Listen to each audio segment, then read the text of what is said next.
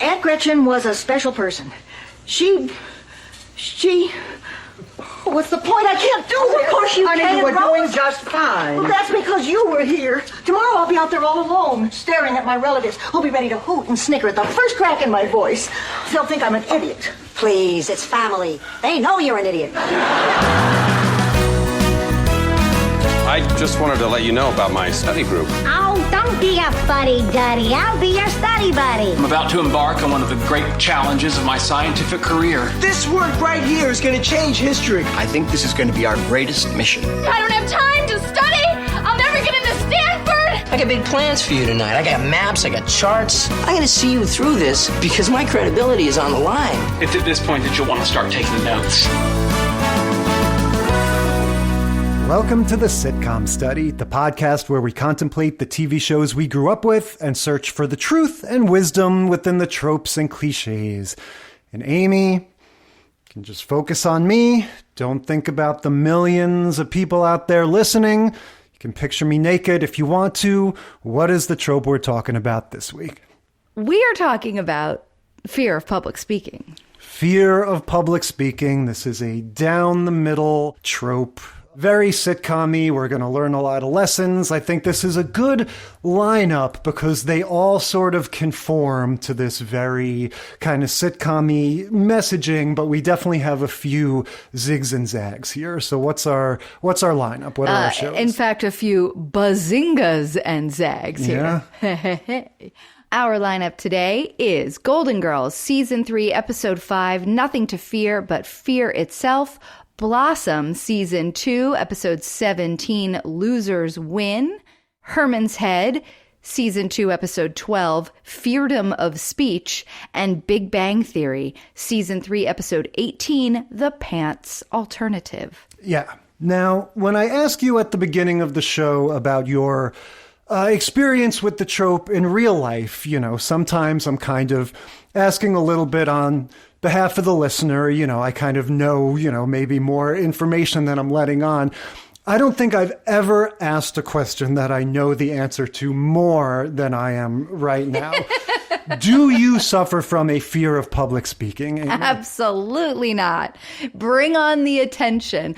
Now, I think the question is more interesting, though, in your case, because you have the personality type of somebody that kind of would generally need to amp yourself up for this. But as you've mentioned on the podcast before, you were a competitive debater.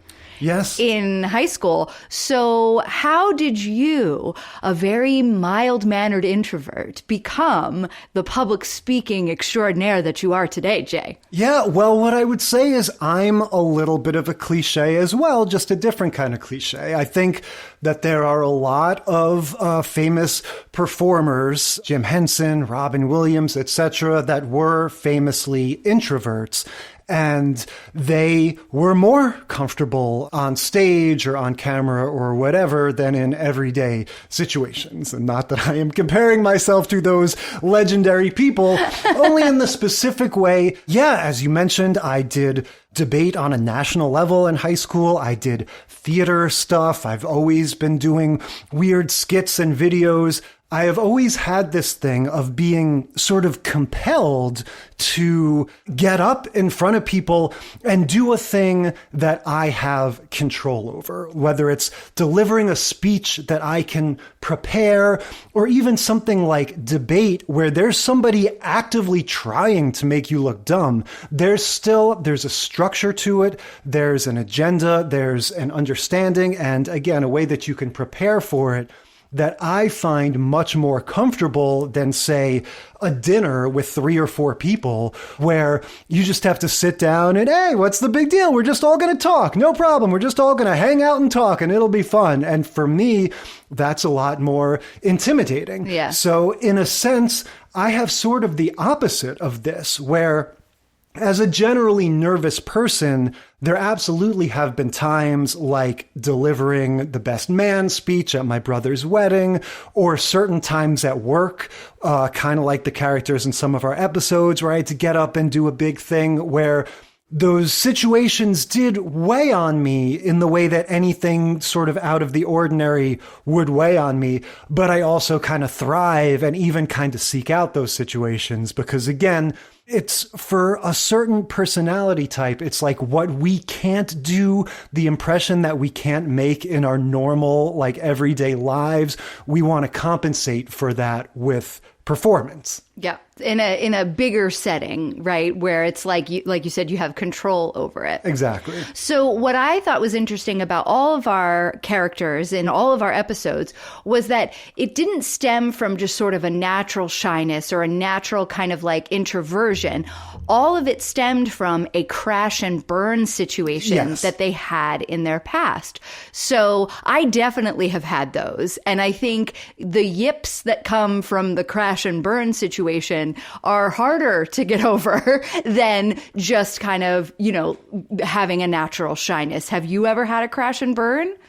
I don't think so. Not any more than the average person. I'm sure I got in trouble in school and stuff, but what I was going to say was that this sort of childhood trauma that seems to be at the stem of all of these characters' phobias is a little bit of sitcom-y pop psychology that isn't necessarily borne out in real life. In real life, having those experiences at the end of the day tends to actually strengthen you a lot of the time. And that kind of gives you the sense of, I've seen it all. I've screwed up. It's not a big deal. It's not always a traumatizing thing that stops you from ever taking the stage again. Yeah. And I think part of like what happens to three of our characters is that it happened when they were young and then they just never tried again. So the little seed of fear that was planted 20 some years ago has now grown. And that's why it's so terrifying to approach it again. So let's get into the Golden Girls properly. This is season 3, episode 5, Nothing to Fear But Fear Itself. So,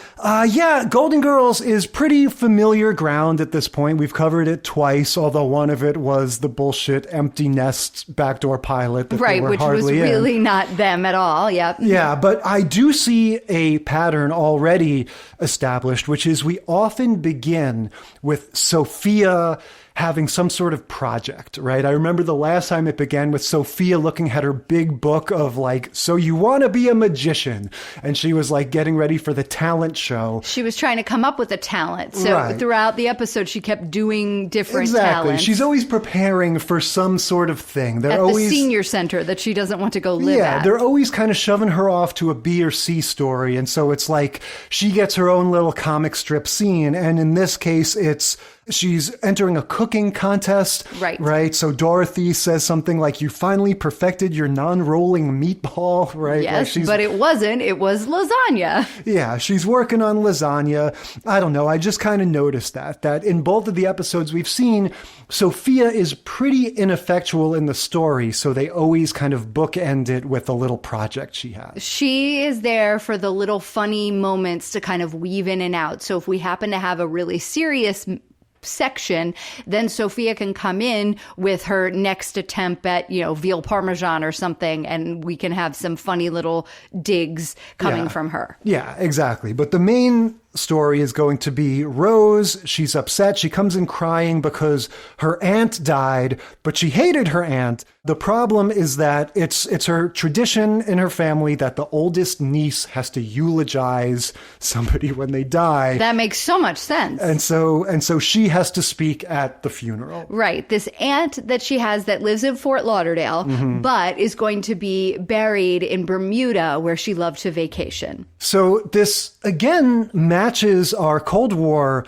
Golden Girls episode. That was also a Rose-centric episode that is sort of, catalyzed by her walking in all upset and sort of announcing something. By the way, another episode where she was going to have to go give a speech in front of many, many, many, many people. Yeah. And it's the next episode after this episode. And she was not scared at all. Her fear was beaten in one episode. Well, and how do you suppose they got to Russia? They on a plane. Right, which we'll also address. Dorothy, a fear of flying. We got a little bonus one one in this episode. Yes, tons of overlapping tropes here. But yeah, it all begins with Rose being upset. Dorothy's suggestion, which I noted because this is a definite subtrope that is going to recur, imagine everybody naked. Right? That's the thing to do. That is common wisdom. Now, as we established, you're not the personality type that has to overcome stage fright to begin with, but is this real? Does anybody do this? Does anybody find any solace when they're nervous for something to imagine that people are naked? I can't understand how that would work, right? If you are nervous about presenting or being in front of people, you are very likely like in your own mind, right? So I think the idea is that it's trying to get that inner monologue to be something silly instead of something fearful. And then that should help, right? Like, I kind of understand that. Like, I'm terrified of auditioning. I hate auditioning. I shake. I'm nervous. It's the worst. I hate it. And so I think, that kind of inner monologue of, oh, maybe I can like picture them naked, maybe that, but that the amount of brain energy, and that doesn't even work. And how is it laughing? And it's like, do you do it before you start talking? I don't understand it. Yeah, I've always heard that as one of those things, like, I don't know if you would call it an urban legend, but something that's like, seems to be a thing in movies and TV. Sage wisdom. So that advice gets thrown out there, and they sort of turn it around on her because Blanche and Rose just start, I guess, imagining Dorothy naked right then and there, and they start laughing. They start laughing at her, and then Dorothy gets all grouchy as she walks out of the room, and then they're laughing even harder because, they are imagining her butt, and everybody, it's hilarious. Yeah. So we get, like we alluded to, the first of many origin stories, right? This is a big overlapping subtrope of all of these fear of public speaking things, as there was some traumatic childhood event. In this case, it was Rose's high school graduation. In her, what is it, Olaf? Is that what she calls? Mount Olaf. Mm-hmm. Mount Olaf. So in her homeland, they choose the valedictorian by drawing straws. There was only like 19 people in her graduating class. And the top 4 get to draw straws. Yeah, and it wasn't, for a Rose story, it wasn't that outlandish, right? She choked, she was permanently traumatized. That's the deal. That's the deal. And so ever since then, she has not wanted to speak in public, and now she can't bear it. She's just not going to go to the funeral. Right. But so this is where, like you said, we get our fun bonus overlapping tropes.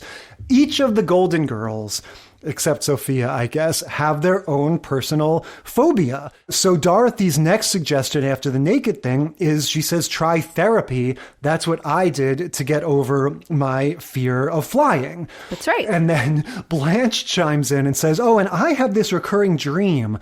She says, I'm trapped in an enclosed space. And she used this phrase more than once. And I just have to pause on this for a second, because if you have a dream, who would use the phrase enclosed space when describing their own dream? Like, wouldn't it be more specific? Wouldn't you say, I was trapped in an elevator? I was trapped in a closet. It just reeks to me of one of those things of the sitcom writers jotting it down and then like breaking for lunch and going, we'll fill in something more specific later, and then just never bothering to do it. See, I thought they were teeing up the reveal that happens on the plane, which is what I didn't tell you was that the enclosed space was a plane and that the plane crashed. Oh, okay, fair enough. But what she does say is that she's trapped in the enclosed space with men who are all bald, right? Which, as a bald man, I obviously take issue with this. And I don't even get it. Like, is it just supposed to be peculiar? Or is the idea that she's so horny, but she's surrounded by bald men and she doesn't want to sleep with them? She doesn't have any prospects in this space, and it's like she is water trapped. everywhere, but not a drop to drink. There you kind go. of thing. Exactly. I find that surprising. And again, maybe I'm just taking it too personally, but I feel like for all of the sort of retirement age suitors that she's had over the years, always have hair or, butt hair. Yeah, okay. I was going to say, I would have to imagine you threw in a Telly Savalas type here and there, Who knows? But yeah, so she's haunted by a recurring dream of bald men, and she says that she eventually got over it by like denying it, basically. Like, she just had this sort of mind over matter approach. So she doesn't really have much of a suggestion, but the point is that Rose is going to conquer her fears at this funeral, and the other two girls are going along to support her, and they each have their own phobia that they claim to have vanquished. That's right, until we get on the plane. Yeah. Well, and also Dorothy tries to lie her way out because so she says she's all good, but then Sophia, again, we get one of these fun little moments. Sophia comes in and is like, well, planes to Bahamas are not big jet airliners like that one you took to Arizona. They're tiny and rickety, and there's always storms that you can't predict in the Atlantic. And so you never know. That's going to be a tiny little rickety plane. And Dorothy's like, don't make me go, Mom. Yeah, exactly. Dorothy basically decides, she freaks out. And she's got to find a way to get out of it. I'm not going to go. I also just wanted to mention there's a fun little scene between Dorothy and Blanche when Rose is off. She's gone to sleep or something. And they're talking about, I would hate to have to give a eulogy. And they start talking about, what would you say if I died first and you had to eulogize me, and vice versa. And Blanche's shoulder pads in this scene are so big that you can see inside the collar of her shirt because her shirt is standing up off of her chest and shoulders so much from the shoulder pads. That was really what I was paying attention to during this scene. But yeah, it's a fun little moment for them to do what they do around the kitchen table, which is say something nice and then get in some zingers. Yeah, exactly. Dorothy more or less plays it straight, and she says, I would say that she was the best friend I ever had. Blanche pushes her for what about my looks? What about my looks? Whatever. But then when Blanche does it, it's all of these great passive-aggressive digs. She goes, I would say I always felt safe when she was in the house, Yeah, because she's so big and strong. Yeah, the best thing about Dorothy is she's like a deterrent for burglars. And she says, I looked up to her like she was an older sister. That's right. So. And then Dorothy is like, oh, Blanche, how nice. Oh, and I forgot to mention, as she's walking out of the room, I would also say in your eulogy that you were fat. Yeah. So, it all kind of devolves into insults. So the next day, Dorothy is trying to weasel out of the flight. She says, I can't go because my mom is sick. She went to the food contest thing, but she has to come back because she ate a bad cannoli. Yeah. But the jig is up. Sophia comes in and she's fine. And, it all kind of comes out in the open that Dorothy's afraid to go. And she's like, they're like, what kind of example are you setting for Rose? And so, we're all going to conquer our fears. We're all going to take this flight together. Yes. And so then we go to the plane and just like in our Fear of Flying episode, we get a lovely, very roomy seats that they're sitting in. This was a better plane set, I thought, than all the ones that we were sort of analyzing on our Fear of Flying episode. I feel like this one looked more like a plane. Yeah, but still just like the one little tiny section at the very back of the plane. You know, it's like, 4 or 5 rows and then the flight attendant is standing in the back. That flight attendant, by the way, that is a character actress that I have seen in a million things. When she's doing her little spiel at the beginning, she says, in the unlikely event of a mishap during our flight. Right. I've been on a lot of flights. I've never heard the word mishap. No, they usually say in the unlikely event of a water landing. Water landing. They're more specific, but because they're sort of dumbing down the spiel for TV and they're just making it more, they're making it more likely to cause a freak out, which of course it does. Right. Well, and then they get all the fun things of like, well, what could a mishap be? Oh, a mishap could be something like this, Dorothy. I know what a mishap is. Yes, and then this is around the time that Blanche is taking a look around the plane and noticing that all of the men are bald. And that is a fun moment. Well, because so a bunch of these guys had like Bermuda hats on, ball caps, and then they do kind of a close-up of the women just sort of sitting there and having, a little bit of a freak out. Dorothy's trying to hold on to Blanche and be nervous. And then when they do a zoom out the next time and the flight attendant starts talking again, Blanche turns around and all of the men have taken their hats off. Yeah. So she just sees a sea of bald heads behind her. Yeah, it is literally her worst nightmare. And so, they're all just kind of like, all right, we're going to grin and bear it. And we have kind of an act break. It returns to the this fun sort of tracking shot where the camera like pans along from one Golden Girl to the next, and they're all sitting there in silence. And when Rose says something, Dorothy goes, "I thought we agreed no talking. It shakes the plane." Right, because now they're all petrified because, Rose still doesn't want to go. Dorothy's terrified of flying, and Blanche has now told them all that her dream is coming true and that the next thing that happens is that the plane crashes. They have found a big bolt on the floor, and the flight attendant is like, "Oh, anybody found a bolt, it belongs on the beverage cart." Yeah, beverage cart. That's right. That's where it belongs. So they're all just like kind of panicking. This is like the Twilight Zone episode with the gremlin on the wing, but instead of a gremlin on the wing tearing out the nuts and bolts, it's a little old lady in the middle of the aisle. Like, I need that bolt back. Oh, and then the pilot comes on and announces that they're about to run into a tropical storm. And so they're not going to keep going to the Bahamas. They have to turn around and go back to Miami. And Blanche is ecstatic because she's like, "This didn't happen in my dream. My dream's been broken. It's not the same thing. We're turning around. We're going to be fine. Girls, it's going to be great." Yeah, and Dorothy is happy too, but Rose has been denied her catharsis. And this is something I really relate to, just that feeling when the thing that you were nervous about and you're sort of on that collision course where I'm going to have to confront it whether I want to or not, and then you get the pass. And that weird feeling of like, good, I guess. Like, I'm relieved now that I don't have to do the thing.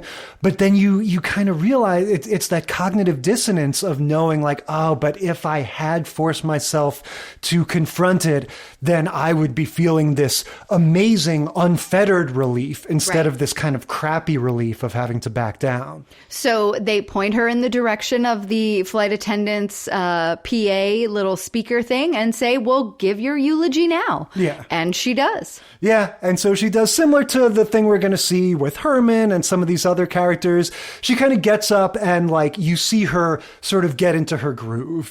She kind of says a few sentences, people start to chuckle, and she starts to feel comfortable. And it's like you sort of see right before your eyes the anxiety and the phobia sort of dissipate. Yep. I wanted to say, I mentioned already how skeptical about when you do a trope like this, are you trampling on some of the continuity of the characters? With Rose in particular, do you think that a fear of public speaking is consistent with her character? If she's meant to be the sort of guileless,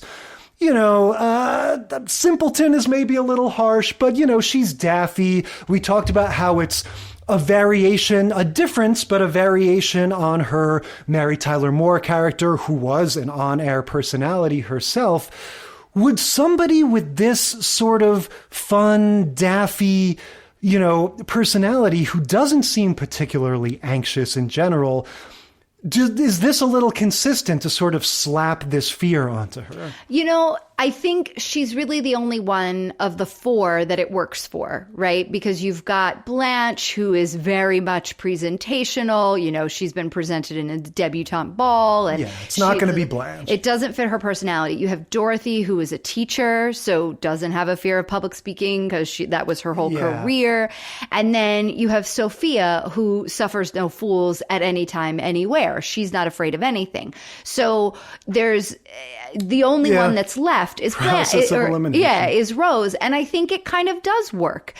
She loves to tell stories, but she tells them to her friends. And it doesn't seem to me that her fear stems from what other people will think of her. It's just her fear is legitimately just stemming from the fact that she froze that one time and she's never not known what to say because she doesn't have that problem in person normally. Yeah, which is part of why I feel like the whole childhood trauma pop psychology thing is what makes these episodes not the most, like what makes them less true to life. But yeah, I kind of agree. It's just something that crossed my mind. I thought it was funny when the flight attendant finally takes the intercom thing away from her. She goes, "Sit down. This isn't the Copacabana." We're going to get lots of timely references throughout these shows. And so, yeah, problem solved. Everybody's confronted their fears. And so the episode wraps up with Sophia's cooking contest story. And again, just like all these things, I love it for the classic sitcom writing of the B or C story takes place entirely off camera. Right. This is just going to be a fun little thing that this eccentric character gets to describe. Yes. So the big competition, her number one rival in the cooking contest is 103 years old, and she drops dead from the anxiety of it. And even though they both were up for first prize, Sophia takes it home all on her own because the other competitor died. And then the little button on the episode is, oh, and her funeral is next Saturday. Rose, guess who I've put in to do her eulogy? Yeah, they love to end on that little, just like last time with the call from Ronald Reagan. They just like to kind of bring it full circle. So look, tracking the trope, it is right there in plain sight, right? We're going to have heavy overlap. A character walks into the room. Oh no, I have to give a speech. Let me tell you about the time when I was a kid and I messed everything up, and I've been petrified of that ever since. And throughout the show, they'll confront it, right? That's right. Let's see if the pattern continues with Blossom. Season 2, episode 17, Losers Win. Yeah, we've covered Blossom before in a subsequent episode where she had definitely conquered her fear of public speaking because she was running for class president. So we've talked about our history with this show. We both watched it back in the day. This was one that I think everyone kind of liked. I don't know if it was either of our favorite shows, but I remembered all of the, musician cameos and the funny daydreams and stuff. It's the sort of spiritual follow-up to Family Ties, right? Because that one was about the family where the parents were hippies and then the kids were Reaganite, or one of the kids anyway was like a Reaganite conservative. Now it's the early 90s. The dad's a hippie and the kid is just kind of like a hippie's kid. Well, and that's what's so interesting to me is that, like, parents on television for a long time were like old hippies. And it boggles the mind because there's no way that the dad in this and the mom and dad in Family Ties were like contemporaries. Well, that's an interesting point, but I think it's one of those things, that moment in culture was a big deal if you were 12 or if you were 24, say. Yeah, no, I guess that makes sense. And so they were 10 years apart or so, because these shows are 10 years apart or so. So they would still have that kind of feeling. It always is like, man, that it just seems like such a wide range of people are considered in this boomer generation and have been so impacted by the hippie generation. And it just speaks to like the impact of that on the culture, yes, even though it's not necessarily accurate of the people that were part of it. This guy that we're talking about, the dad in Blossom, one thing I observed, he is excellent casting for Joey Lawrence's dad. Those two they look so much alike. Exactly, they have the same haircut. Yeah. So before we get into the proper story of this one also begins with the B story first. Somewhat problematic. I want to get your take on this. So Blossom has two older brothers. The oldest is a recovered drug addict who works as an ambulance driver. Yeah, he's an EMT. Right. And his whole thing throughout the episode is regaling Joey and then other people with the experience that, as he explains, I was at the best place a man can possibly be, a nude centerfold shoot, right? That's right. He was called in because one of these nude centerfolds was choking on a chicken wing. Yeah. And so throughout the episode, we get this retelling of the story as they look. We had this shot all the time in the 80s and 90s in yes, the movies of somebody looking at the unfolded porn magazine. So yes, you don't get to see what they're looking at. You just see like the 7 folded pages all like fall out the bottom. Unfurled, and right, and the reaction of the actors exactly, going like, whoa. Yes. So we get over and over again Joey looking at this centerfold while Tony, the older brother, explains like, first I did mouth to mouth. The Heimlich. Right. Then I did mouth to mouth. And then what did he call it? An exterior heart massage. Yes. In other words, he got to feel her boobs. Now, look, in all reality, if this is your job, you're going to come back with all kinds of crazy stories. Absolutely. And you were definitely going to tell your brother that I had to perform CPR and the Heimlich and the breast massage and whatever on this lady. So I don't want to be so stuffy to be like, ew, he should not be doing that. It's not proper. But this definitely felt a little skeevy, right? Well, so I think here's the issue. It was funny once, but they did it 3 times. They thought it was funny enough to do it as like the opener or the closer of each act. And that it just got old because it wasn't another joke. Yeah. Like it was the same joke each time. The first time Joey passed out because naked ladies. The second time, I think he just told the story, right? And then the third time Joey passed out again because of naked ladies. So it was like, and each time the centerfold thing got unfolded. Yes. So it wasn't a new joke. And that's why it got boring. Yeah. And the other thing that was very silly was in this first scene, you know, when Joey doesn't believe Tony that any of this happened, he says, well, here's my proof. Take a look at this magazine. He shows them the new edition of the magazine. He says, this isn't on the stands yet. You haven't seen this in the stores. He says, there's only 2 copies of this. This model that you're looking at right now, she's got one and I've got the other. Now, I do not work in the world of publishing, but I'm pretty sure That's not how that it the works. way it works is not that you print out 2 manuscripts, right? Like 2 proof copies. You give one to the centerfold model, and then you give the other one to the centerfold model and say, give this to the person of your choosing. Like, nobody else needs to see this. Nobody else needs it. Yeah, I'm pretty sure you're correct on your assumption there about the publishing industry. But again, it made for a funny joke once. And the way that they wrapped it up at the end with having, you know, this is Miss January, Miss February, like that was kind of funny too. But that was because it was different. So at the end, they all come to get CPR training from Anthony because he did such a good job on Miss June that they all want to learn CPR from him. Yeah, and that scene was funny, but it was the fact that he addresses them as their months. Yes. That was a little, he's like, August, why don't you come over here? Oh, September, you're doing a good job with your palpitations. Yes, that's like, right. Right, No real names, just months. Right. So that's their story. There's also a funny C story with the dad. He is a session musician. That's his fun sort of hippie dad sitcom parent job.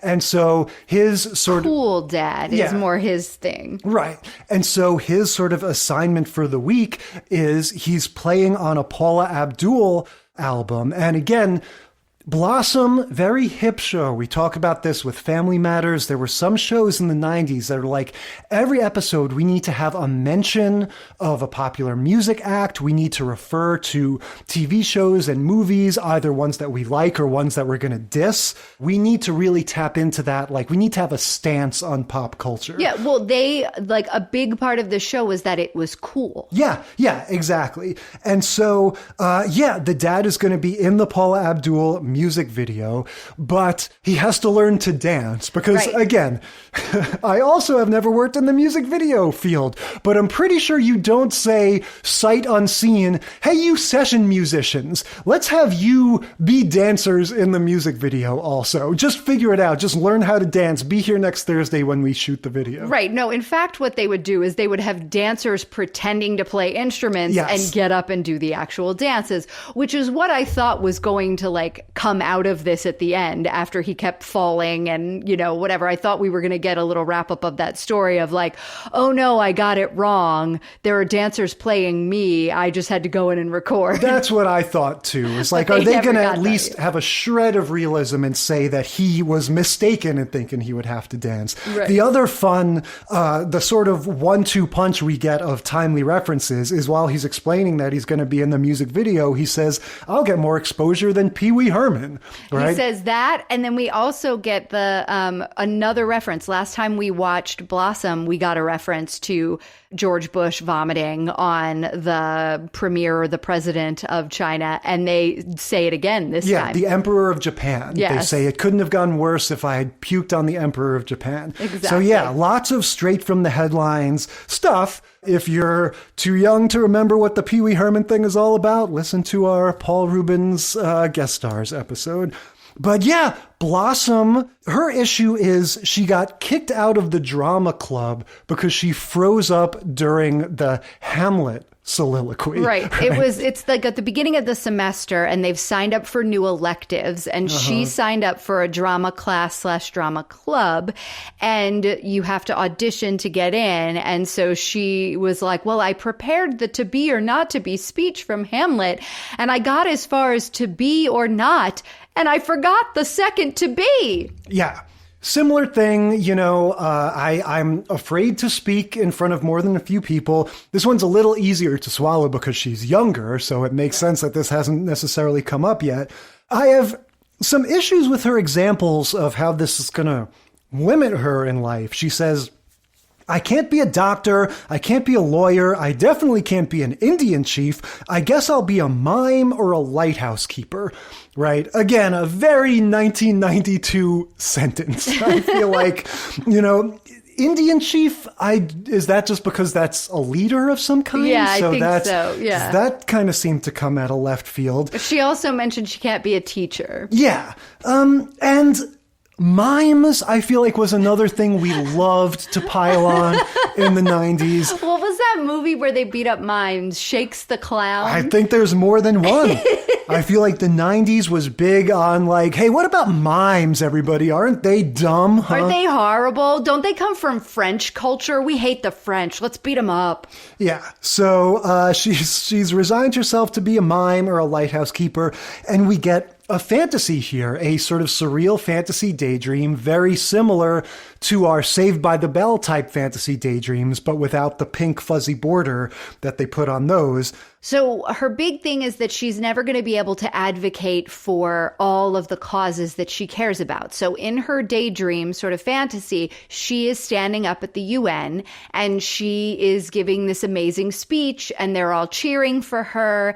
And that's what makes her agree with 6 that she will sign up for the debate club because if nothing else, she'll at least get to practice so that maybe one day she can speak to the UN and all the leaders of the world will unite around her message. That's right. So this is not a anxiety daydream. This is actually a strengthen my resolve daydream. Yes. And yes, it's been explained that since she can't do drama, debate is the only alternative or the only way to get whatever credit or whatever contrivance it is.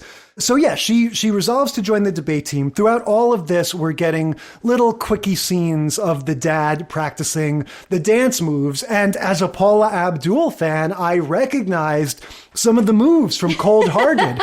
The way he kind of he does that thing where he puts his forearm in front of his face and kind of musses up his hair. And he's almost doing that John Cena, you can't see me type thing. Yeah, kind of popping and locking with the best of them. And he does the little kick move that you always try to do, and It's hilarious. Yeah. So, yeah, the next day at Debate Club, Blossom takes the podium. It's just a total debacle, right? She goes, I'd like to talk about, and she can't even finish the word. She's trying to say world peace, and every time she tries to say the word world, she goes, whoa! Yeah. Whoa! Yeah, and it turns into charades. They start doing a funny thing where, the teacher's like, okay, sounds like fleas. Sounds like knees, because she's pointing at her knees. Yeah, and it just, again, the election episode happens later, so it all adds up, but just the sight of her standing at that podium just immediately brought back to mind not only that election episode, but the Webster episode. Right, where she was also running for class president. Yeah, and even the various Jeopardy episodes we've watched. The sight of Mayim Bialik behind a podium is just this very familiar thing. But we get the reference to Bush throwing up here. And it cuts to them going back home. It's I'm going right to my room. The whole thing was a debacle. And the dad is the one that suggests to her again the picturing everybody naked. And she basically laughs at him and is like, that's not going to work. So when we get to her room, right, she's sitting in her, she's got like a bay window. She's got like a window like seat a in her room. nook. And she's playing taps Yes. on the trumpet. And her dad comes in and he's like, what's going on? Why are you in the dark? And she's like, it just is matching how I feel right now. I'm playing this song to make me feel better. That is the death also, song. that was a major joke in the 80s and 90s that I feel like has gone away. I feel like... The playing of taps? Yeah, they do that on Saved by the Bell a lot. They'll just do it with their mouths. They'll go burp, burp, burp. And I feel like, I don't know, maybe I'm wrong. Kids these days don't know what the hell that is, right? Like, I feel like that was an old person's joke even when we were young. No, I don't know. I feel like they do. I wonder if it stopped because we went as a country back to war. Yeah, or just the gradual lessening of military stuff in everyday pop culture. No, that's also true. A little bit of both, for sure. Yeah, but I don't know. But so she does that. And then, yeah, they have their sort of daddy-daughter talk.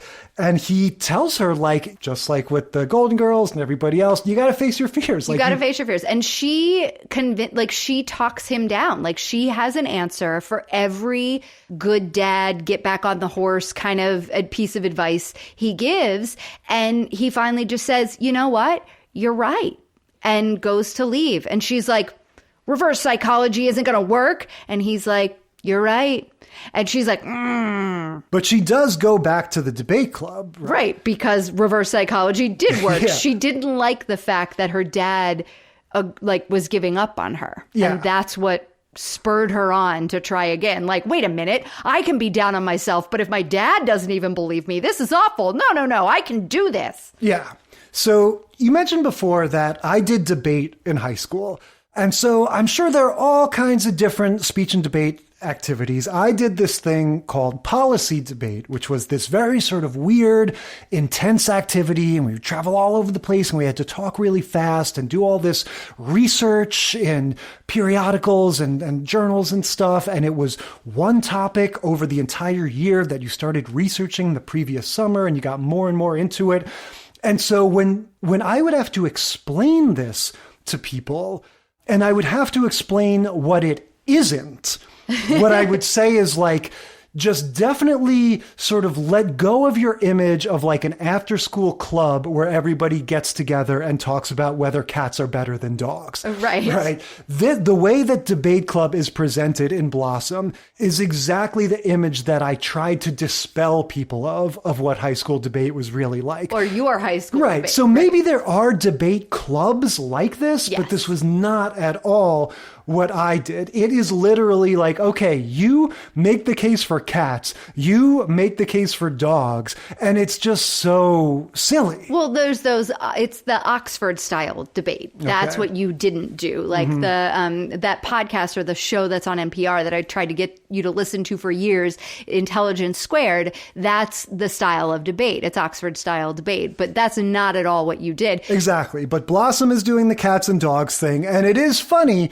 You know, she gets past her phobia and starts to hold her own in the debate. She's defending cats, and her opponent, Chad. Yeah, Chad is saying, you know, the stuff that people say, oh, dogs are more friendly and supportive and they greet you when you come home and stuff. And he has this recurring thing where he says, like, and cats are in league with Satan. That's and when right. she challenges him on all of his various points and he kind of rebuts her various things and he goes, and I suppose you deny that cats are mascots in the Legion of the Devil. And I thought that was pretty good. And she was like, are you kidding me? Dogs eat their own vomit. How can you even be on that side? And she did not win the debate because she said vomit, and that's gross. Yeah, which is also a subtrope, I think. Not of these episodes per se, but the idea of like, somebody has to confront their fear in some sort of competitive way. And then at the end, it's like, well, did you win? Well, no, I got disqualified because of blah, blah, blah, crazy thing I did. But I got over my fear, you know. Right. I'm not going to go on to do this over and over again and be the best at it, because that wouldn't be realistic. Yeah, but she kind of does, because like we said, she goes on to run for class president. It's already established that she's this sort of like conscientious eco-conscious, like, Activist. Jesse Spano type, an activist. Yeah, exactly. We get the return of the picture them naked thing with the, the coda that we mentioned before, when all the centerfolds come back for the shoot at the end. And Joey Lawrence is the one who's all nervous because, like we were saying, he just like loses consciousness when sexy women in bikinis show up.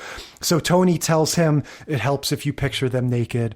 Which would be the opposite of the thing that would help, but okay. And then he passes out again. So yeah, again, the trope holding steady, right? Childhood trauma, some sort of challenge.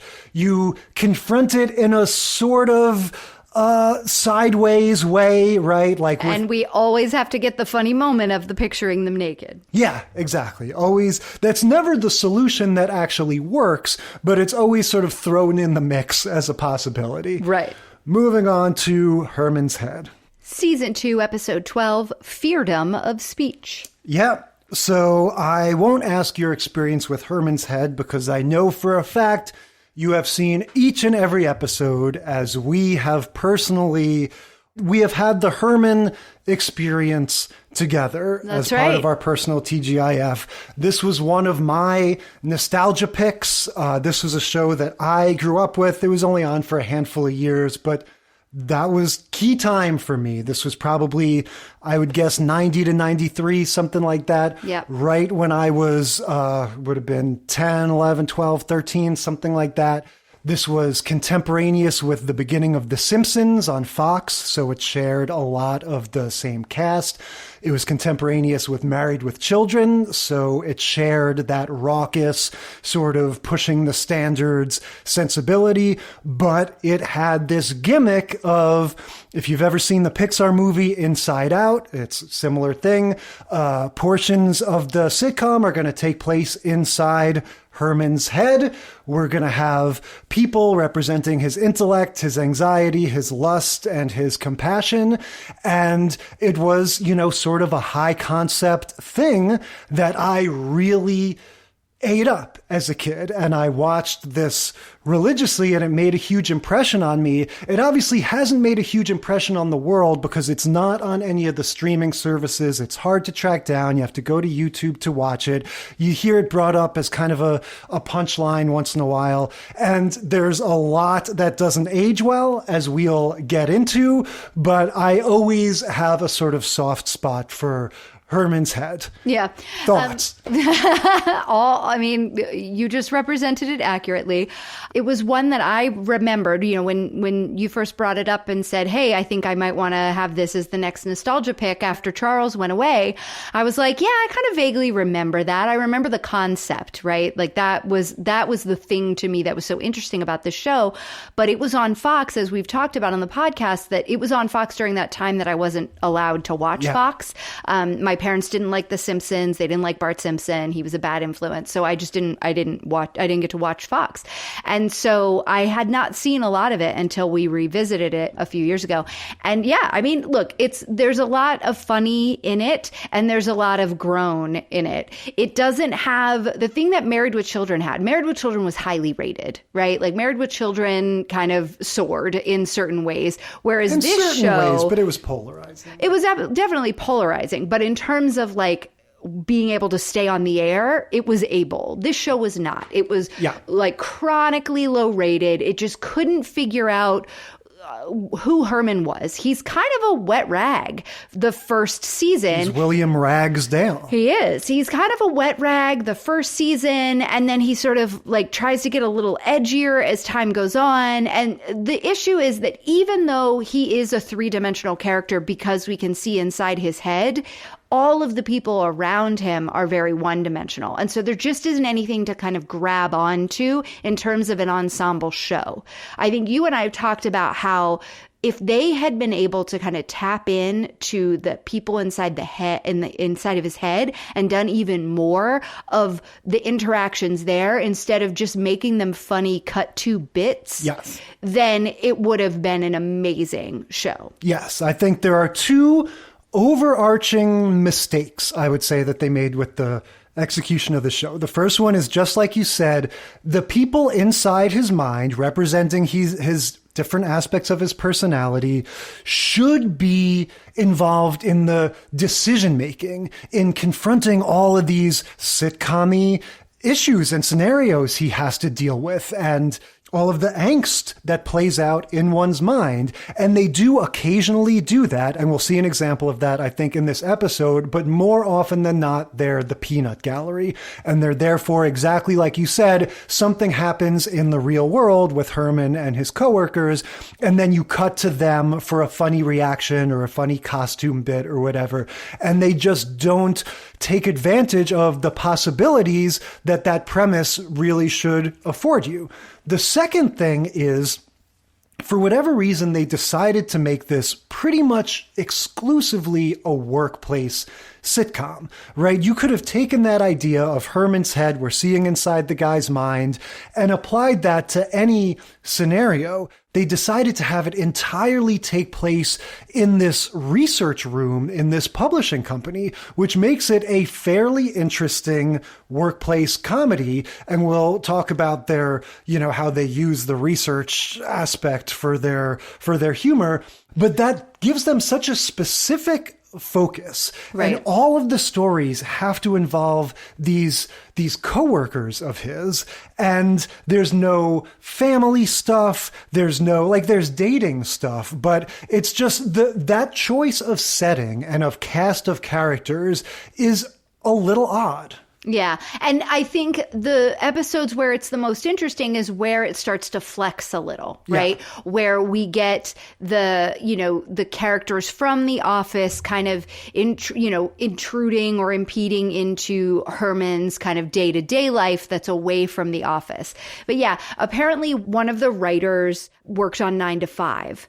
And that's what gave him the idea to take this idea and make it a workplace comedy. Yeah. So their workplace is, like I said, the research department of a publishing company, which means, and I'll say yet again, I've never worked in a research department. This one, I actually feel like might not be as far off base, but the way Herman's head would have you understand it, their job is, at least some of them, to answer the phone and take questions about whatever facts people want to know about. Like, they are like the Google search for their company. Right. So they're fact checkers mostly. Like, all the files you see getting passed around the office, those are stories that are ready to be published, and they're doing the fact checking. And then oftentimes other people, other writers in the building will call and ask for information. So yeah, it's like calling information. It's like Googling. They are the Google. And it's also interesting because they have like an episode at one point where like computers and the internet like come to the company, and it is very anachronistic. Oh yeah, definitely. I mean, their whole existence is a relic of a bygone time. And Mr. Bracken, the boss, has this sort of encyclopedic knowledge. The idea that this would be a springboard for some maybe bawdy humor about the things that people would ask them about is clever. They have no chill with it. Like, the very first scene of the first episode is Louise answering the phone, going like, "Hello, research? Oh, you want to know how long a Venezuelan rhino's penis is? Oh, let's see." And every question is like, "Well, how many orgasms does the average Moroccan woman have? Oh, none if she's sleeping with me." Like, it's always just this crazy, raunchy, silly thing. And yeah, it's just like, it's a clever idea that you could use their role as researchers in all kinds of funny ways, but they really kind of blow their load, as it were, like right off the bat. Well, I mean, look, they're early Fox. That's what they were known for. That's what they wanted to do. Like, that was cutting edge for them. Right. So, yeah. So the people that work in the office with Herman, Mr. Bracken's his boss, and then you have two women characters in this show. Yardley Smith. Yardley Smith, who's Lisa Simpson. That's right. And Hetty. And Hetty, who is Carol on Friends. Ross's ex-wife. Ross's ex-wife. That's right. Not the first season, though. Didn't she come in later on? She wasn't the OG Carol. She was the Carol, I think, that replaced that Carol later on. She's a recognizable actress. She shows up in stuff you see here and there in the 90s. But here's the thing, and look, it's eventually revealed Yardley Smith's character, Louise, is a virgin. Hetty is portrayed like the entirety of her character is this gold-digging Machiavellian temptress, you know? And so, I don't know, isn't that just that virgin whore thing? Like, isn't that just your sort of basic feminism 101? Like, what are we doing here, guys? That, like, the only two female characters are this, you know? Yeah, exactly. You've said it. There's nothing more to say. They didn't have good ideas. All of their inspiration was in the inside of Herman's head, and then they didn't use it. They focused on these other people in the office that just weren't as interesting, and then they didn't develop them. But her thing at the beginning of this episode is it's all about a sort of convention that's happening, some sort of like summit, right, of the muckety-mucks or the important people of their company. It's all very nebulous and stupid. Yeah, it's the all of the, C-suite people and other companies as well are coming to hear from, it's a research convention. So they have asked Herman to speak at the research convention as, one of the up-and-coming researchers at this company. Yeah. And so her thing in the whole opening of the episode is researching the people, like all these guys, and finding out who are the rich ones, who she should be trying to sleep with, who's single, etc. Right. And that's always her shtick. She's always on the hunt for a wealthy man so she can stop working and live the lifestyle that she's accustomed to. Yeah, which again, if it's, if you want to be an edgy Fox show and be like all, kind of edgy and tasteless, that's fine. You can have that character, but it's just so damning that there's only one other lady character in the whole show, and she is this other comic extreme. But anyway, that's what Hetty's up to. So we get normal characters in the kind of like guest stars, right? We get normal women that Herman tries to date. And I think sometimes. I mean, part of that is that you don't want him to like get involved with his wacky coworkers. If they were too normal, too down the middle, then he would have no reason but to get involved with them. And as it stands in this way, our main character does get involved with both of them in turn at some point in time, but it quickly, kind of dissipates. But yeah, as for this episode, we're setting up that there's this convention thing happening, and again, very sitcom-y and contrived, but Mr. Crawford, the boss, very silly sitcom-y character himself. This is the kind of guy, it's not Leslie Nielsen, but it could be, this very sort of straight-faced idiot character. Yes, like Mr. James or Mr. Jameson or whatever from News Radio.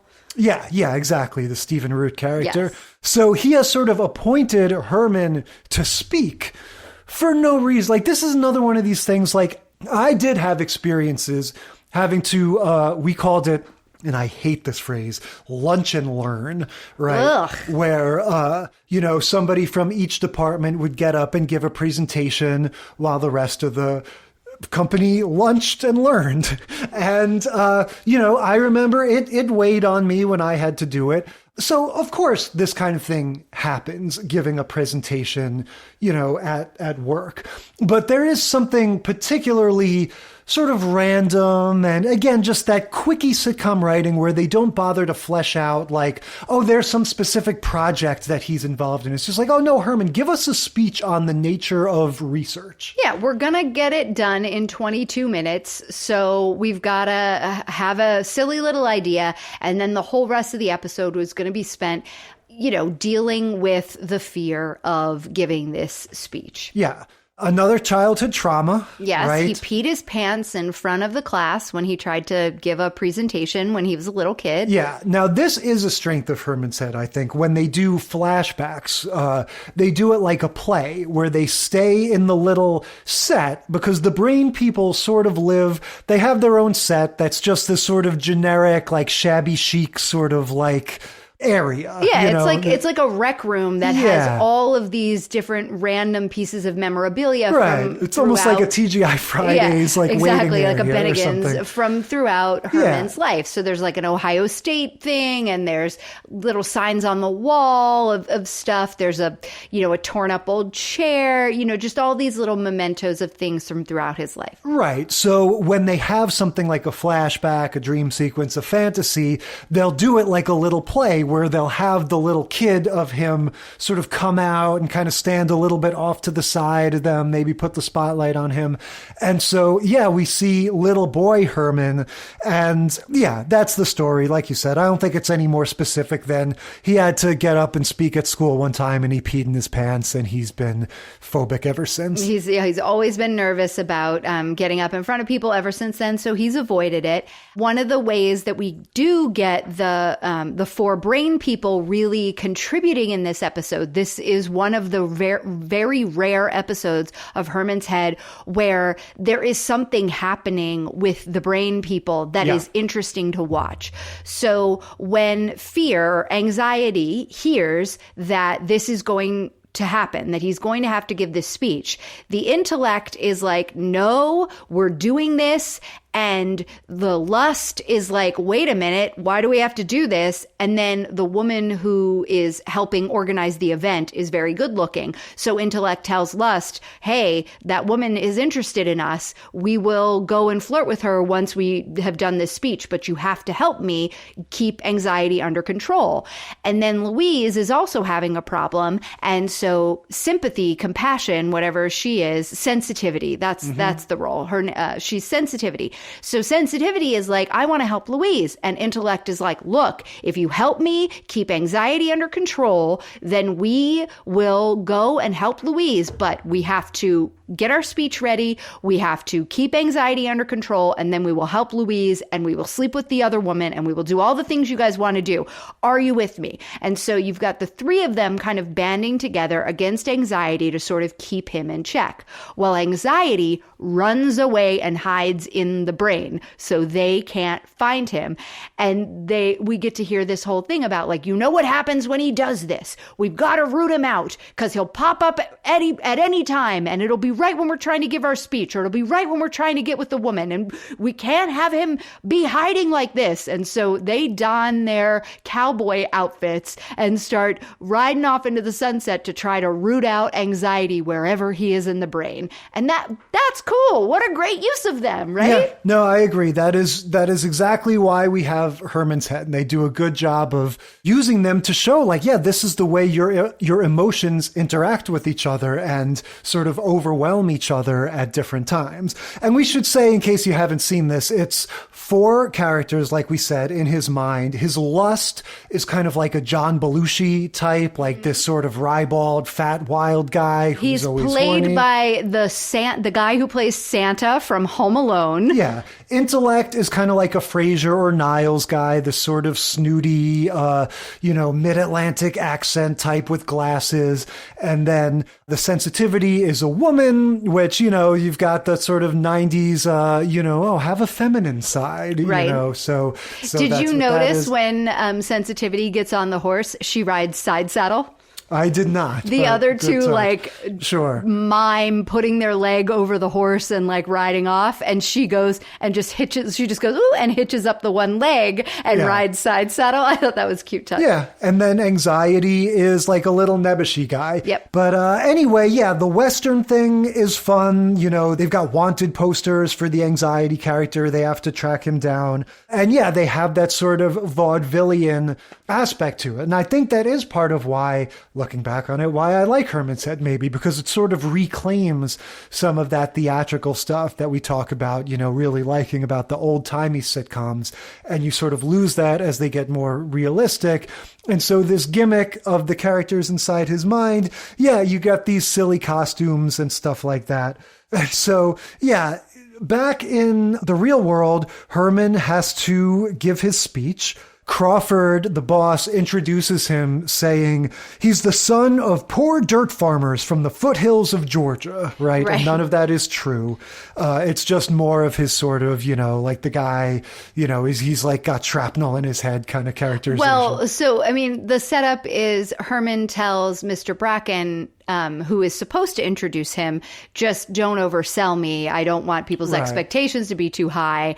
And then Bracken doesn't even get up to the podium before Mr. Crawford gets up there and just says this whole thing. And then Herman's like, oh my gosh, he's making me sound like Clarence Thomas.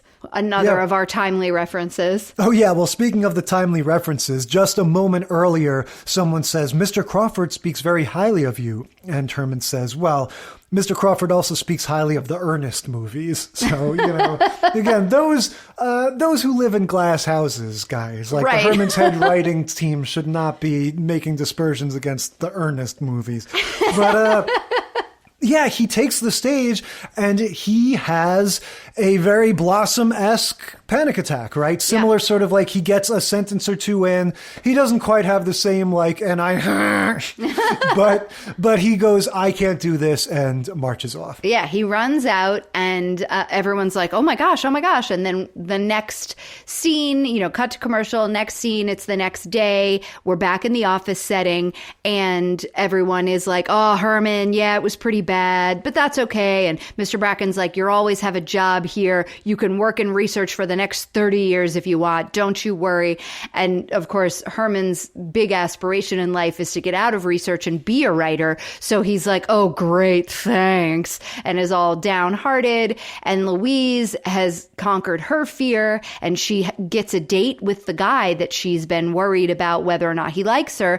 And then when Herman melts down, she says, you know what? I'm not going to go on the date because I saw what happened to you and I just don't want to risk it. So I'm not going to go on the date.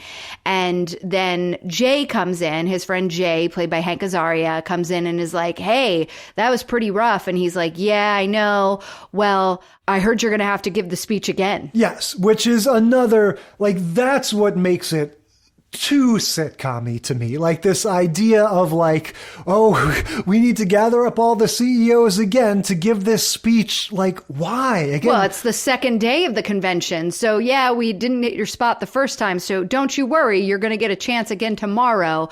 But this time we're going to take you to a hypnotist so that you'll be ready. Yeah. Let's not gloss over Mr. Crawford's sort of pep talk, or I don't know what you would call it, but just so you know where the sexual politics of Herman's head are. As if we didn't already. He says something about, I've never seen such a disgusting display of female histrionics. That's right. Right? The specific phrase is female histrionics to describe Herman, storming out of the room. Yes. Histrionics, a word steeped in misogyny. Yeah. Stemming from the root of hist, as in hysterectomy, based on all of our female parts. Also the word hysteria, steeped in misogyny. Yeah, and, Mr. Crawford is supposed to be sexist within the world of the show, but still, he gets his own inspirational story, just like our Golden Girls did, and, everybody, this is another running subtrope here, is somebody has to sort of lend a hand and say, well, I used to be afraid of something. And with Crawford, it's, I used to be afraid of cottage cheese. Right. Right. It's just a and random... now I eat it every day, even though I'm lactose intolerant. Yeah. So not a lot going on there. Like you said, the main solution is going to be Jay, the best friend, is going to suggest hypnosis. That's so we go to the lady hypnotist. And the lady hypnotist has, of course, so Jay is a dog, right? This is established in all the episodes. Herman is a good guy because you can see what a bad guy is in Jay. That's the setup, right? Yeah. If I think of the cliche of the horny best friend, for me, this is the first that comes to mind. That comes to mind. So Jay is always looking to score with the ladies. He is a writer at the same company. And so he has done a story with this woman hypnotist, and he wants a reason to go back. So Herman is his ticket in. Well, so we get there and we find out that the woman hypnotist has seen right through all of his shenanigans and has hypnotized him so that every time her watch beeps, he sings, "I'm a little teapot." Yeah, so we get the sort of running joke that Jay is extremely susceptible to hypnosis, even though he doesn't think he is. So yeah, throughout the episode, whenever anyone's watch goes off, he stands up and sings "My Little Teapot." He, when she starts hypnotizing Herman and says, "You're starting to get sleepy," Jay immediately conks out. The part that I was disappointed with was that they didn't do much with the hypnosis effect on the brain people. Yes. What would it look like inside your head if you're hypnotized? Exactly. This is one of those moments where they have the opportunity and they don't. We cut to them standing there looking dazed. Yeah. The three of them, because anxiety is still hiding, standing there looking dazed, and they repeat sort of in monotone, confidence, shield, whatever, the mantra that she gives him, the 3-word mantra. And then it cuts back to Herman kind of waking up because she snaps her fingers. And then it cuts back to them saying the mantra again and Herman saying, "Yep, okay, I'm ready to go." And that's it. It was just like 2 little quick flashes, and they have captured anxiety. Yeah, and I honestly don't know what I would have in mind for that. But I don't know, think it over and come up with something. Yeah, I mean, to me, you already established the hunting party, right? The cowboy thing of going out to hunt anxiety. You could have them roaming through the vast, cornfields of the mind and find him and have their rallying cry be that mantra that's going, But also just what hypnosis is. It's trying to put things in your subconscious. Right. They did do a funny little thing where it was like, the subconscious, we're not even allowed in there. Yeah, they tackled that in some other episode. But yeah, just sort of breaking down, how does hypnosis work? And how could you maybe realize that within this world? What does it mean when you're trying to affect somebody's behavior by, tapping directly into their subconscious versus their conscious thoughts? I don't know. They could have done more with it. I don't know. And as it was very quick, one and done, so we could get back to the scene where he has to now give the speech again. So the thought that's been implanted in his mind is that the podium is his shield and it gives him confidence. Yeah. So he gets up to the podium and he's all ready to go. And then he gets a little bit into his speech, a few sentences again, and the podium breaks into 3 pieces and falls apart. Yeah. And so, there's some push and pull because Mr. This is my shield. Yeah. Mr. Bracken's like, well, go ahead and give us the broken podium and continue your speech. And Herman, refuses to do it. And then we go back in his mind. And this is where we do get, what ultimately makes it a really solid episode, I think. It's Lust taking charge. It's the rare moment where Lust is he understands what's at stake and he decides, he just sort of rallies the troop. How does it play out? Well, again, it goes back to he's the man, and being a man means none of this stuff worries you. And so he's like, "Get out of here, you wimps. This is what I'm going to do." And he makes a joke, and then the audience laughs, and then he goes to make another joke, and it starts to get a little untoward, and Intellect is like, "Okay, I'm ready. I'll take over," and pushes him aside. Yeah, and so, maybe it's not amazing, but the idea of that representing the way, maybe your horniness or your sex drive might be the motivation to, suck it up and conquer your fears and deliver a good speech. And that, maybe you sort of rely on adrenaline a little bit and then your intellect takes over or something. Maybe it was the trope of seeing people naked that was the reason that lust could take over. We just didn't get to see the imagined naked people. Yeah, I don't know. This might be the one where they don't say the naked thing. I'm not sure. But yeah, so it ends with unmitigated victory, right? Like he gives his speech and everything's okay. And the woman still wants to go out on a date with him. And Louise has solved her own problem because she did go out on the date with the guy, but the guy was so boring that she was like, oh, I got to go find somebody else, and goes off to meet a new man. Yeah. So, again, pretty straight line. We got most of the usual subtropes. And suck it up, face your fear, track down your anxiety, resort to hypnosis if necessary, and you'll be okay. And you'll be all right. All right, moving on to Big Bang Theory. Season 3, episode 18, The Pants Alternative. Yep, we talked about the Big Bang Theory back in our Slumber Party episode. I was pleasantly surprised with that experience. We talked about how, Big Bang Theory came out when we were grown-ups already. It's a Chuck Lorre show. It's not entirely my speed, and I didn't I just wasn't watching a ton of TV at that time when it came out. And when I watch it now, it's like, look, it's never going to be my favorite show, but I always really enjoy Jim Parsons and Simon Helberg. Galecki I find a little annoying in this role, to be honest, but Kaylee Cuoco is great. Mayim Bialik, when she joins the show, is great. So, the performances and some of the writing is actually really good. And it's enough to always make it fun. It was not on the level to me as its single camera contemporaries, right? Because this would have been around the same time as The Office and 30 Rock and stuff. And I don't think it's operating at that level. But sometimes it is, and sometimes it's fun. Well, and I don't think it's trying to operate at that level and do those different things. What it is doing, though, is being a really good sitcom, like in the traditional vein of a sitcom. I, unlike you, did watch this kind of at least the first few seasons. I watched it. This episode in particular is the one that Jim Parsons won the Emmy for. So it's the singing and him getting, his pants off at the end and his hair all tousled. He gets to kind of take his character to a different level. So of course, this would be one that would be put in for consideration because he gets to play two sides of himself in this. So yeah, this episode in particular is very funny. I always love an episode where it devolves into Gilbert and Sullivan, so can't complain about that. And we've got Sheldon winning an award.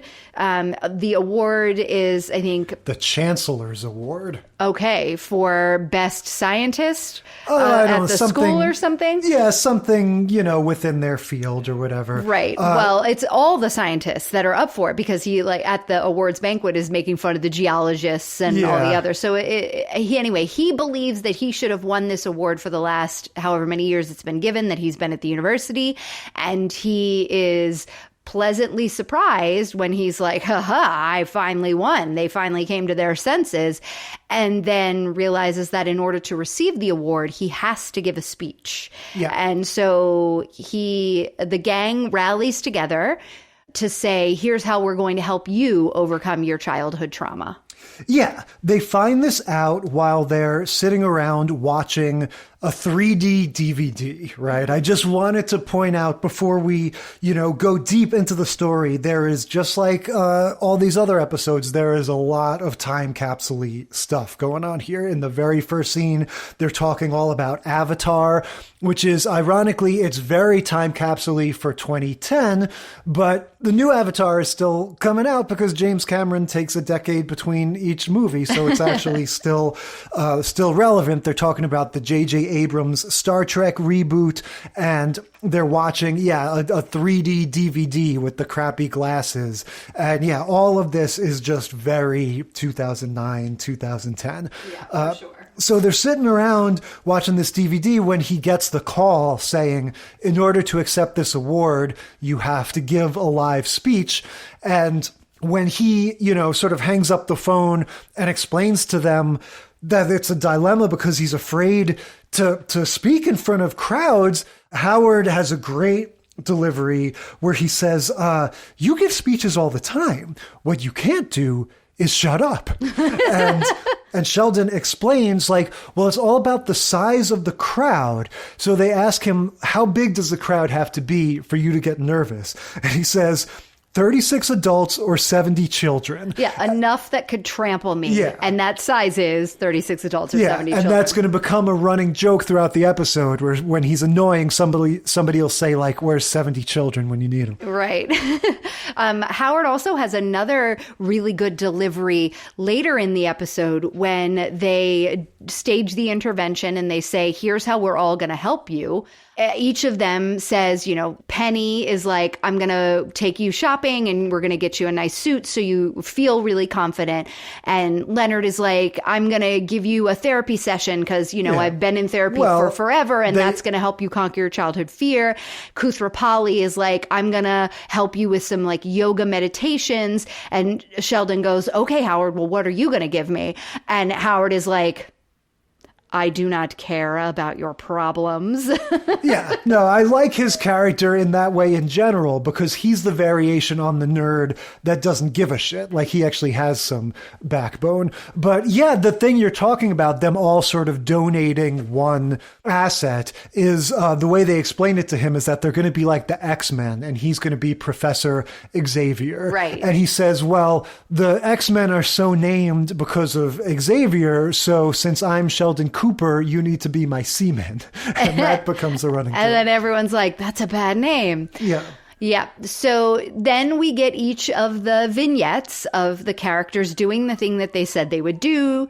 We get the montage of Sheldon changing into the different suits. The first suit that he tries on is something that is very hip and cool today, but in that time, it's 13 funny. years ago, was ugly and lame. Yeah, his tastes are a little loud. He likes things. He objects to the nice clothes that you see all over this like J. Crew type place because there's no color. He says everything's one color. It's like, why would I pay so much and it's only one color? Right. So he comes out in a suit that's like, a little hipstery. It's got a pattern, like a kind of a loud pattern that, wouldn't really be that out of place, in some sort of a fancy event. No, it would be very cool today. Yeah, and Penny poo-poos that. He tries a few things. He tries one that looks like the suits and tails that they wear in Dumb and Dumber. Yes, and then, but all white. And then Right. he has on the rhinestone cowboy outfit where he says, I used to have a suit like this when I was in school. Yeah, but what Penny ultimately makes him settle on is exactly what you would see when Jim Parsons shows up at the Emmys. It's just like nice looking Jim Parsons in a tasteful black suit. Yeah, it's black on and then gray tie. So this was definitely in the era of like monochrome color, like everything all one color. That's the look. Regis Philbin, I remember just him doing that every day when he was on Regis and Kelly. Yeah. It was a little annoying that Raj's contribution is so tied to his ethnicity, I felt like they couldn't give him anything else maybe, but he has this like Indian meditation thing that he does. So that's his role there. Yeah, he says that meditation using these techniques are what got him over his fears. And Sheldon is like, you still can't talk to women. And he's like, yeah, but at least I don't run out of the room and, pee my pants every time I'm near them. Yeah, and so his whole meditation thing involves sort of going into your happy place or whatever. So Sheldon goes into Shellopolis, which is the place he invented in Sim City. Right. And it's just all about how he loves Sim City, and he gets a 15% discount at Shell Mart, which is his favorite store in Sheldon Square in Shellopolis. And it's a very silly scene that's just Sheldon being Sheldon. Sheldon being Sheldon. He cannot do any of the meditation that Koothrappali is asking of him because he's too busy talking, just like Howard had said. Like, he won't shut up. He won't just sit there and follow the guided meditation. He has to be in control. He has to ask questions. And Koothrappali eventually just gets up and walks out because Sheldon is just talking and talking and talking. Yeah, and a similar thing happens with Leonard's psychiatry session, right? That's Leonard's contribution, and he sits him down and tries to, goes through various psychological things to help him. It's funny that Sheldon has like pre-ready answers for the Rorschach test. He's like, if you want my Rorschach answers, here's what they are. Bat 2, Bat 3, Bat 4, my dad killing my mother with a hypodermic needle. Yeah. But then he turns the tables on Leonard and starts, the joke is like Leonard saying, well, this reminds me of something that I had to deal with. And it ends up being something about he was accused of plagiarism by his mom because of his lima bean science project. And so the whole thing is like, their postures sort of switching. Yes. And Sheldon taking on the more, tell me more, how did that make you feel type thing. And Leonard is just having his own little meltdown about how he has this like really hard relationship with his mother. And so what Sheldon takes away from the therapy session is, hey, I think I can give this speech because if someone like you, who's this messed up, can get out of bed every morning, the least I can do is give a speech and be amazing because I'm a brilliant mind. And so he walks out of the room and then Leonard is sobbing in a chair. Yeah. And so we go to this award ceremony, and this is where this show zigs, where all of the other ones zag. Sheldon gets drunk. And so right. Well, everybody has been kind of annoyed that like none of the things that they tried to do to be supportive to their friend worked. And he's still sitting there like basically saying, none of you seamen came through for me and whatever. And Penny, just having none of it, is like, you know what? Why don't you try the oldest trick in the book here? And hands him a glass of wine. And he's like, I don't drink. And she's like, well, you do now. Go for it. And he chugs this glass of wine and he goes, this alcohol was broken. I don't feel any different. She goes, try this one, and hands him another one. And then we cut away up to the stage where Leonard is introducing him, and it is taken on a turn of its own, and it's all about Leonard and his mom. Yes. And so in the meanwhile, Sheldon has gotten a bottle of wine and is now drinking out of the bottle of wine. Yeah, he's coming up to the stage like Kanye style, like wine bottle in hand, and it's just full drunken buffoonery. It's him stumbling around, making crude jokes. He's making fun of all the other science departments that he doesn't respect. And he goes, and maybe you can help me understand this one. He goes, here's some jokes. Why did the chicken cross the Mobius strip to get to the same side? So what's a Mobius strip again? A Mobius strip is the thing where it is one piece of connected tape, but there is a twist in it.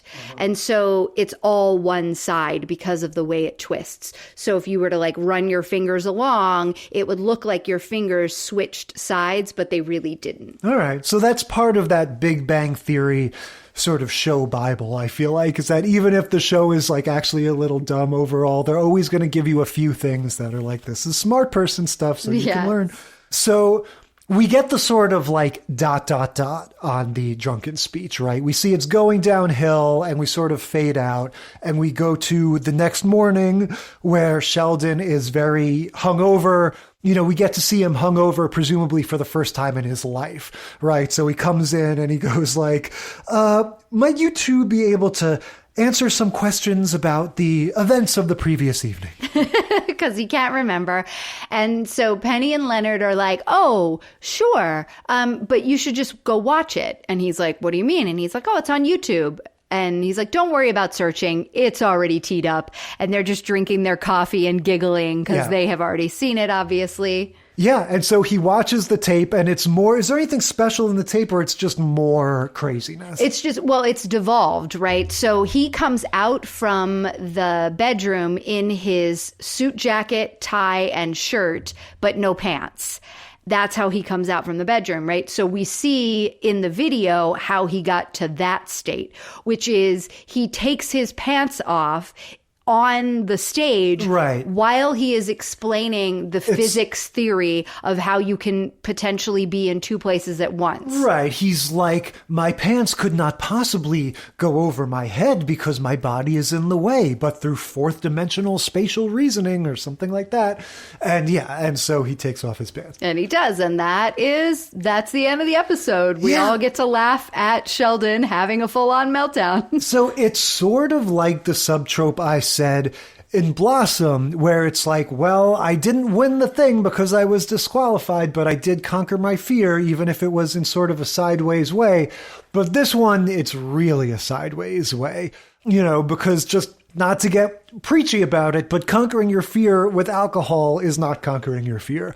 And so he hasn't reached any meaningful solution because A, unless he plans on getting drunk next time, he's going to have to deal with this again. And B, whatever he was worried about happened. He made a fool of himself at the event. And I guess we can look at this a little bit as, like we often say, with the newer tropes, you have to subvert them. We can't have in 2010, especially for a show ostensibly for adults, the same old conquer your fears, learn your lesson stuff. We need to, I think especially at this time, it's okay to undermine the messaging and to be a little irreverent and not learn the lesson because we already learned it from 20 other sitcoms. Sure. And do what any kind of normal person does, which is just sort of suck it up, have a few drinks, push through, and half the time get through it and half the time embarrass yourself. Yeah. So what do we think going over these? MVPs, any overall thoughts? Golden Girls is always fun. My favorite parts of Golden Girls are always the kitchen table conversations. When all four of them are there, Sophia's usually off doing something. There's always one that's standing because they can't sit on all four sides of the table, right? So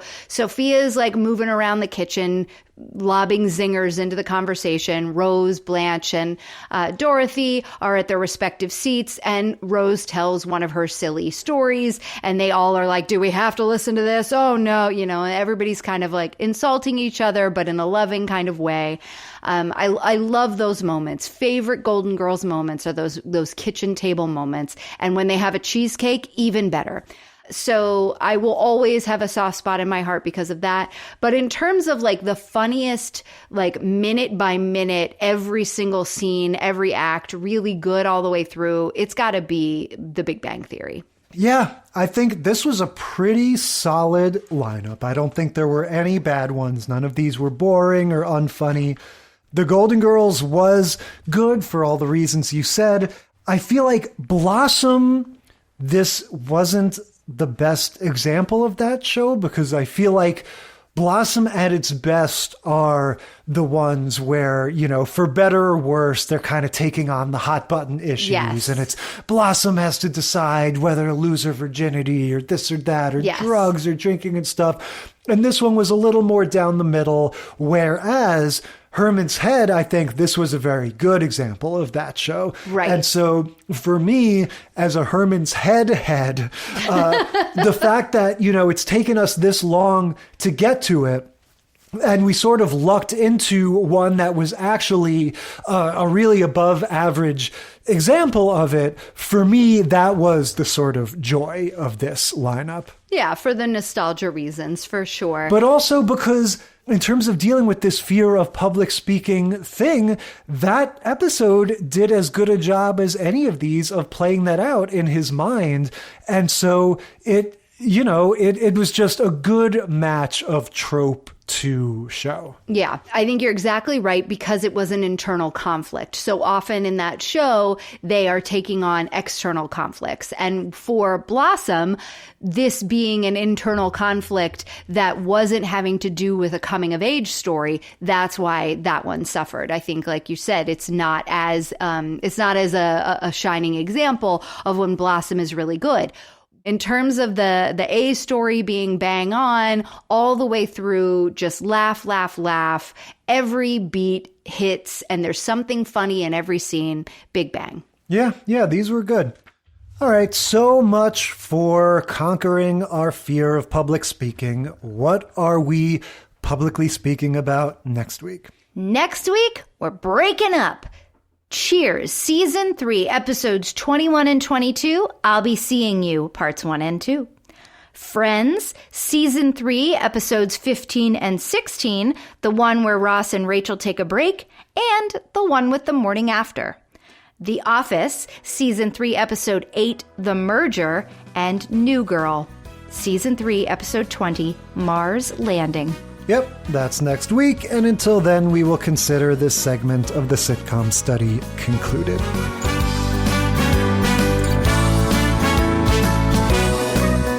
Thank you for listening to the Sitcom Study. Tell us what you think or share your own TV tropes and topic ideas by sending a self-addressed stamped email to sitcomstudypodcast@gmail.com or find us on Facebook or Instagram. And if you like the show, consider leaving a rating or review on your podcast app. It helps us boost those precious Nielsen ratings.